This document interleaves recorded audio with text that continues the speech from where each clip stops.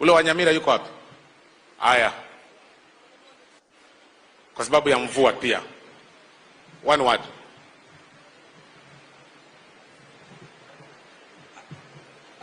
Your Excellency, the President of the Republic of Kenya, Your Excellency, the Deputy President, Cabinet Minister Machogu, members of the National Assembly, leaders present, hamjambo. Bwana asifiwe. Your Excellency, tunafurahi umerudi tena Kisii.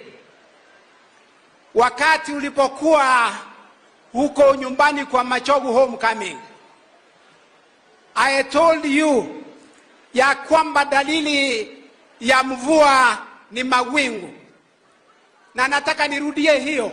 Wanenaji wote katika kikao hiki wamesema ya kwamba wewe utaongoza katika miaka 10 yote ikamiliki.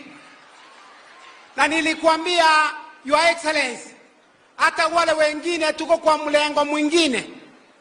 Tunaangalia mienendo yako na vile unafanya kazi. Nikauliza watu tubadilishe ama tusibadilishe. Tubadilike tuje kwa William Ruto. Tuendelee na kazi wakati ukifika.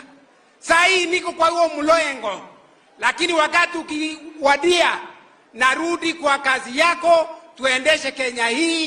Kenya ni yetu, tukamilishe maendeleo. Tuchenge Kisii yetu.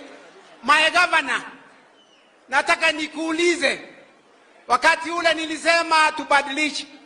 Na leo pia nakuuliza, sisemi kwa ubaya, nasema ukiangalia vile nchi inaelekea huko. Kwa hivyo nikikuomba kama mdogo wako, msaidizi wako, na kuomba tuchenge Kenya pamoja na rais ambaye tuko naye hapa. Mungu awabariki. Rais, rudi Kenya, rudi Kisii tena. Asanteni sana. Haya. God is good.